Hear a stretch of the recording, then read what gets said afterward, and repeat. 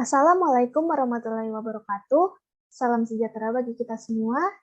Om Swastiastu, Namo Buddhaya, Salam Kebajikan. Di kesempatan kali ini, kami akan menjelaskan mengenai elastisitas dan penerapannya. Yang pertama, ada elastisitas permintaan. Dalam kegiatan ekonomi, harga dari suatu barang itu berubah-ubah karena berbagai situasi dan kondisi. Dari situasi geografi, dari politik, dan lain sebagainya. Nah, perubahan harga ini akan mempengaruhi mekanisme permintaan. Respon jumlah barang yang diminta dan ditawarkan terhadap perubahan harga disebut sebagai elastisitas. Nah, jadi elastisitas harga ini mengacu pada bagaimana kuantitas yang diminta atau ditawarkan oleh suatu barang berubah ketika harganya berubah.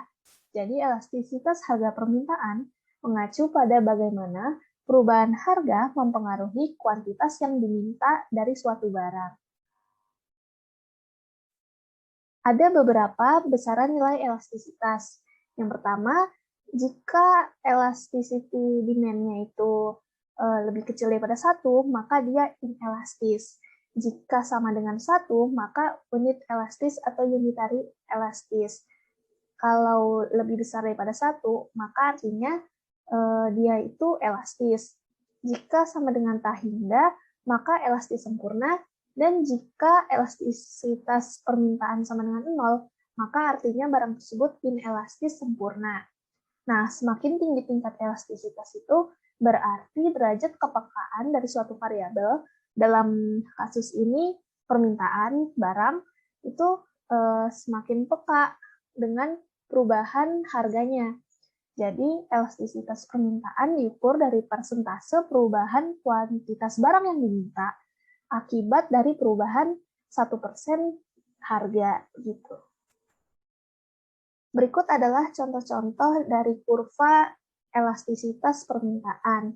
Yang pertama, jika elastisitas permintaannya kurang dari 1, dia adalah inelastis. Nah, inelastis ini contoh-contoh barangnya adalah barang pokok atau primer seperti sembako gitu. Jadi dia mau harganya berubah pun orang tetap membutuhkannya. Jadi tidak ada perubahan yang berarti dari permintaan barangnya. Nah, setelah itu jika elastisitas permintaannya lebih besar daripada 1, berarti dia termasuk ke dalam barang elastis. Nah, salah satu contoh barang elastis tuh seperti barang-barang mewah atau tersier gitu. Jadi yang kalau harganya meningkat, itu permintaannya akan turun karena orang-orang memilih untuk tidak membelinya. Lalu setelah itu jika elastisitas permintaannya sama dengan 1, itu dinamakan unit elastis. Jadi selalu sama, kalau misalnya harganya naik 1%, maka permintaannya akan turun 1%, dan seterusnya. Setelah itu ada inelastis sempurna, yaitu jika elastisitas permintaannya sama dengan 0. Nah, contoh dari barangnya tuh seperti obat-obatan, yang mana orang-orang membutuhkannya, jadi mau harganya meningkat setinggi apapun, orang-orang tetap akan membelinya. Dan terakhir ada elastis sempurna, yaitu jika elastisitas permintaannya tak hingga. Ada beberapa faktor yang mempengaruhi elastisitas permintaan. Di antaranya ada sifat komoditas. Sifat ini maksudnya seperti bahan pokok. Bahan pokok itu tidak elastis atau cenderung ke inelastis karena semua orang membutuhkannya gitu. Sedangkan kalau misalnya barang-barangnya barang mewah, itu belum tentu orang akan membelinya. Lalu setelah itu ada ketersediaan barang pengganti, barang dengan penggunaan berbeda, pendapatan konsumen, kebiasaan konsumen. Kebiasaan di sini maksudnya seperti misalnya merokok gitu. Walaupun harga rokok naik, tapi jika orang sudah terbiasa, maka mereka tetap akan membelinya gitu. Lalu ada juga tingkat harga, jangka waktu, permintaan bersama, permintaan peak dan off-peak. Permintaan peak dan off-peak ini misalnya seperti transportasi umum. Pada saat liburan, cenderung lebih meningkat permintaannya daripada saat hari-hari biasa. Lalu ada proporsi pendapatan yang dibelanjakan pada suatu komoditas dan penundaan penggunaan. Misalnya seperti membangun rumah, itu kan membutuhkan semen, membutuhkan barang-barang lainnya, itu kan sifatnya masih bisa ditunda. Jadi ini mempengaruhi juga permintaan dari barang tersebut. Ada 3 jenis elastisitas permintaan. Yang pertama adalah harga barang itu sendiri. Jadi pengukuran sensitivitas atau kepekaan kuantitas yang diminta dari suatu produk itu dilihat berdasarkan perubahan harganya. Lalu ada juga harga barang terkait atau cost price elasticity of demand. Nah, elastisitasnya ini harganya silang dari produk alternatif atau produk yang terkait dengan produk lainnya. Yang ketiga adalah pendapatan konsumen. Jadi dia melihat perubahan permintaan yang diakibatkan oleh perubahan pendapatan dari konsumen yang bersangkutan. Selanjutnya di sini saya akan menjelaskan tentang cara menghitung elastisitas harga permintaan. Para ekonom menghitung elastisitas harga permintaan sebagai presentasi perubahan jumlah yang diminta dibagi dengan presentasi perubahan harga. Rumusnya yaitu dengan elastisitas harga permintaan sama dengan presentasi perubahan jumlah yang diminta per presentasi perubahan harga. Sebagai contoh soal, yaitu ada kenaikan 10% misalnya dalam harga es krim, menyebabkan jumlah es krim yang dibeli juga turun 20%. Cara menghitung elastisitas permintaannya itu, yaitu elastisitas harga permintaan sama dengan 20% per 10%, yaitu sama dengan 2. Jadi elastisitas itu adalah 2, yang mencerminkan bahwa perubahan jumlah yang diminta secara proporsional 2 kali lebih besar dari perubahan harga. Karena kuantitas yang diminta dari suatu barang berhubungan negatif dengan harganya. Presentasi perubahan kuantitas akan selalu memiliki tanda yang berlawanan dengan presentasi perubahan harga. Dalam contoh kasus atau soal yang tadi saya telah sebutkan sebelumnya, presentasi perubahan harga adalah positif 10% yang mencerminkan peningkatan, dan presentasi perubahan kuantitas yang diminta tadi adalah negatif 20% yang mencerminkan penurunan. Seperti itu. Di sini saya akan menjelaskan tentang metode Debye Point dengan cara yang lebih baik untuk menghitung presentasi perubahan dan elastisitas.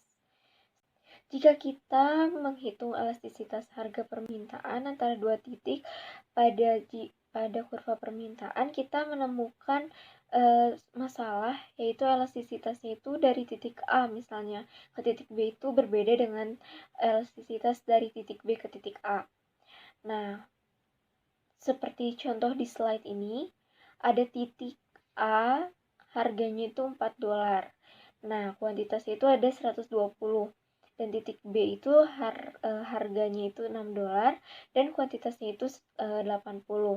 Dari titik A ke titik B ini harga naik 50% dan kuantitas turun 33%, menunjukkan bahwa elastisitas harga permintaan adalah 33/50 atau 0,66.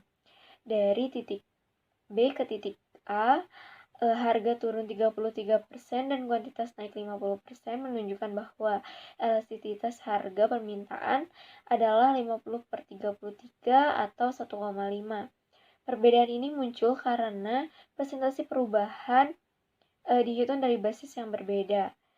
Salah satu cara untuk menghitung masalah ini atau salah satu cara untuk menghindari masalah ini adalah dengan menggunakan metode titik tengah untuk menghitung elastisitas. Prosedur standar untuk menghitung perubahan presentasi adalah membagi perubahan dengan tingkat awal.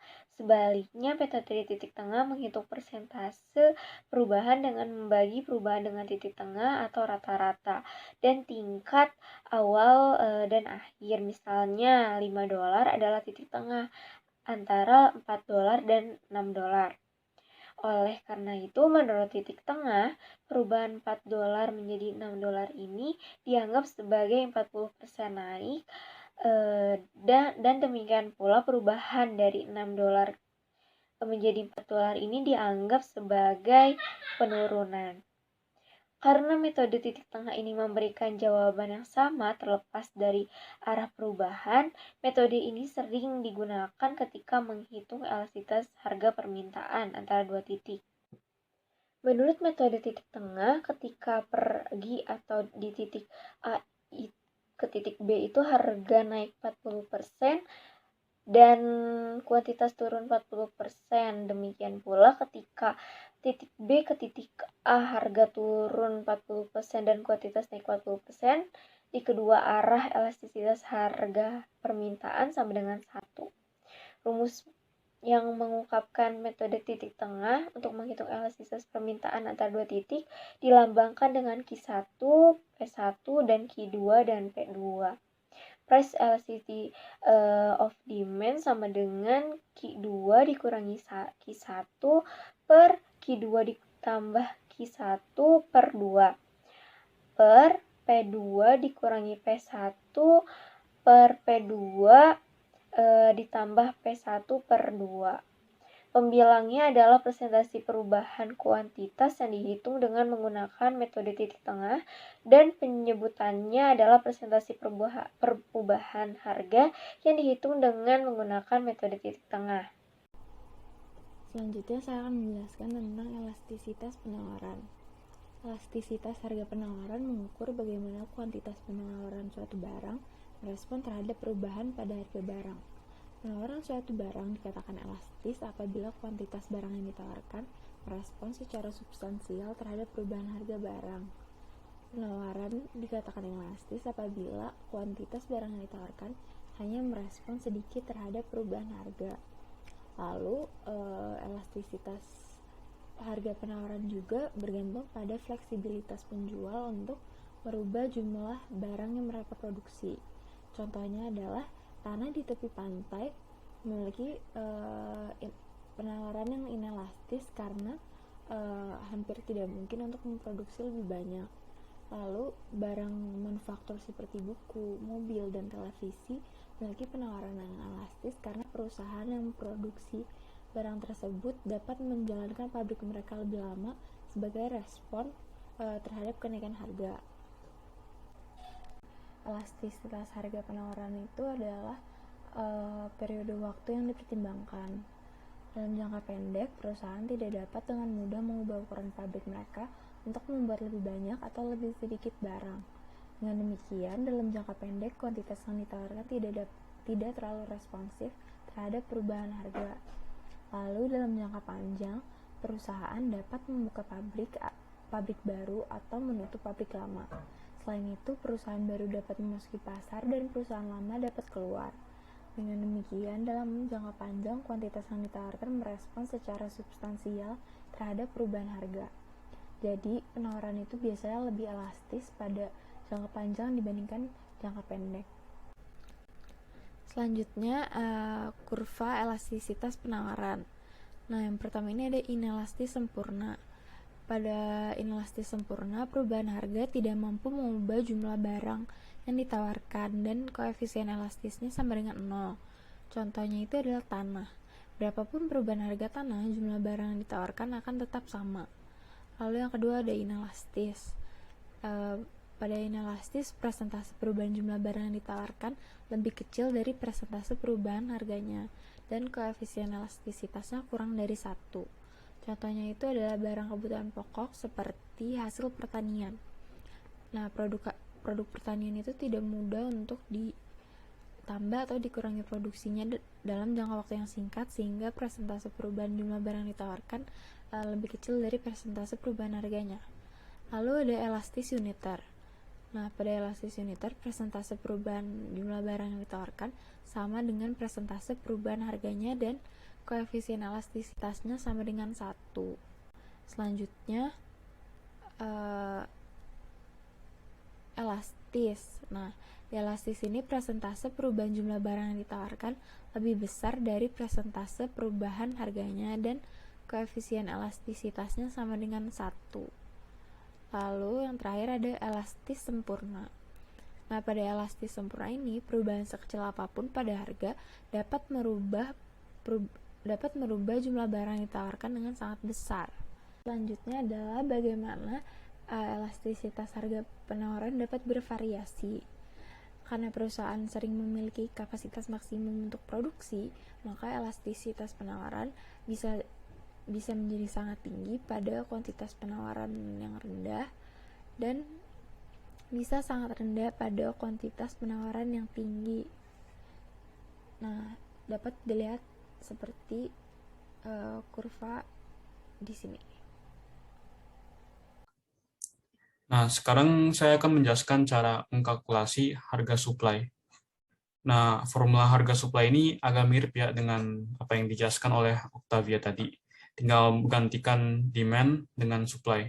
Jadi formulanya itu price elasticity of supply sama dengan percentage change in quantity supply dibagi dengan percentage change in supply and in price.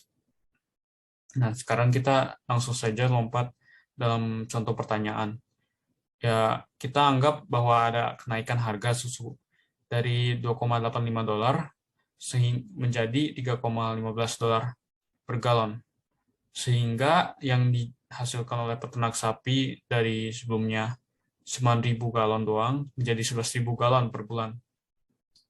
Dan dari pertanyaan tersebut kita udah tahu dong poin A-nya ada harga sebesar $2,85 dan kuantitasnya yaitu 9.000 per bulan.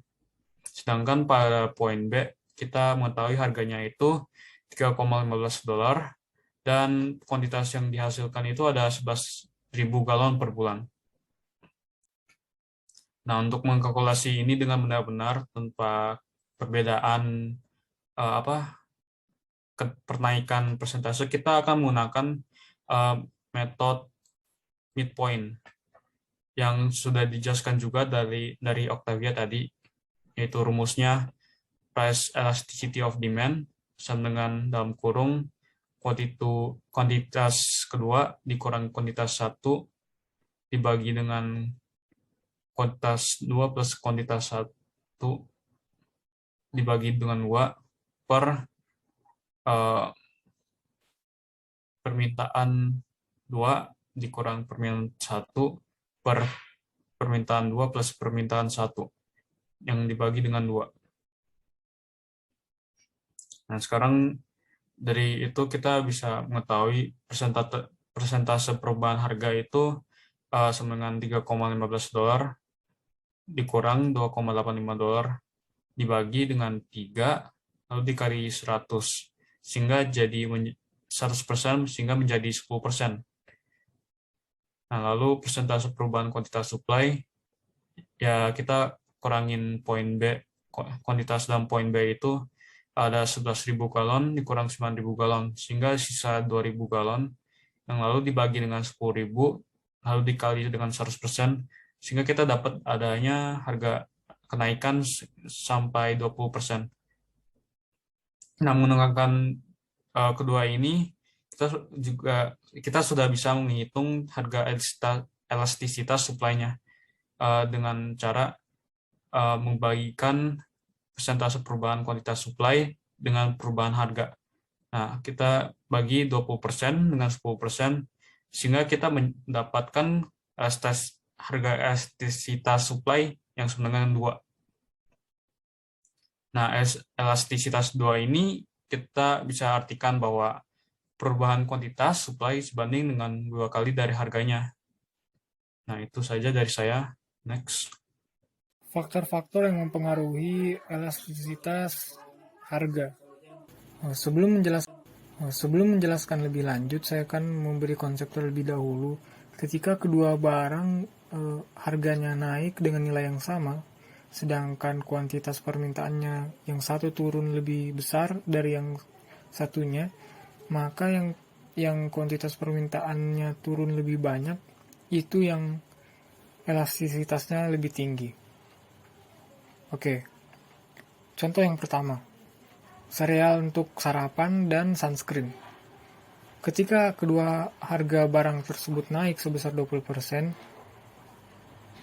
sereal untuk sarapan kuantitas permintaannya akan turun lebih banyak ketimbang sunscreen. Kenapa? Untuk sarapan ada banyak pengganti sereal, yaitu seperti pancakes, kemudian Kalau di Indonesia mungkin bisa pisang goreng, atau mungkin bisa nasi juga, dan lain-lain. Jadi pembeli itu bisa mengganti benda tersebut, dalam hal ini sereal, dengan mudah ketika harga sereal tersebut naik, sedangkan sunscreen tidak memiliki barang substitusi. Jadi apa yang bisa diambil dari contoh pertama yaitu elastisitas harga lebih tinggi ketika barang substitusinya ada. Contoh kedua yaitu jeans biru dan pakaian. Ketika harga kedua barang tersebut naik sebesar 20%, jeans biru akan kuantitas permintaannya akan menurun lebih dalam ketimbang pakaian. Kenapa? Karena jeans biru cakupannya lebih kecil ketimbang pakaian, sehingga jeans biru memiliki barang-barang substitusi yang lebih banyak ketimbang pakaian. Yaitu contohnya mungkin bisa diganti dengan celana kain atau celana kaki, celana tartan, dan celana-celana jenis lainnya. Sedangkan untuk pakaian tidak memiliki substitusi karena pakaian cakupannya luas, yaitu bisa seperti mengenakan baju dan celana sekaligus, sehingga ketika ingin disubstitusi yaitu antara menggunakan pakaian atau tidak menggunakan sama sekali. Nah, dari contoh yang kedua, kesimpulannya adalah elastisitas harga semakin tinggi untuk barang yang cakupannya lebih kecil ketimbang barang yang cakupannya lebih luas. Contoh ketiga yaitu insulin dan pelayaran ke Karibian. Ketika kedua barang tersebut harganya naik sebesar 20%, pelayaran ke Karibian kuantitas permintaannya akan turun lebih dalam ketimbang insulin. Kenapa? Karena untuk pelayaran ke Karibian, ketika harganya naik, orang-orang akan berpikir bahwa harganya kemahalan sehingga mereka tidak jadi ikut perjalanan ikut kapal pesiar tersebut. Sedangkan untuk insulin, untuk orang-orang yang menggunakannya seperti orang-orang diabetes, mau tidak mau ketika harganya naik harus membeli barang tersebut. Karena jika tidak akan berdampak fatal, bahkan menyebabkan kematian. Sehingga kesimpulan untuk contoh ketiga yaitu elastisitas harga lebih tinggi untuk barang mewah ketimbang barang barang kebutuhan seperti obat misalnya. Kemudian contoh yang keempat yaitu bensin dalam jangka pendek dan bensin dalam jangka panjang. Ketika harga bensin naik 20%, kuantitas permintaan bensin dalam jangka panjang menurun lebih dalam ketimbang yang jangka pendek. Kenapa? Karena untuk jangka pendek orang-orang tidak memiliki pilihan lain selain menggunakan mobil misalnya atau bus. Sedangkan dalam jangka panjang orang-orang bisa membeli mobil atau mungkin menyiasatinya dengan tinggal lebih dekat dengan tempat kerja. Sehingga kesimpulan yang diambil dari contoh yang keempat yaitu elastisitas harga dalam jangka panjang lebih elastis ketimbang dalam jangka pendek. Nah, setelah mendengar contoh-contoh yang tadi saya jelaskan, kesimpulannya adalah elastisitas harga dipengaruhi oleh barang substitusi, kemudian apakah barang tersebut barang kebutuhan atau barang mewah, kemudian yang ketiga yaitu apakah barang tersebut cakupannya lebih luas atau lebih sempit, dan yang keempat yaitu skala waktu, apakah waktunya dalam jangka panjang atau dalam jangka pendek. Sekian.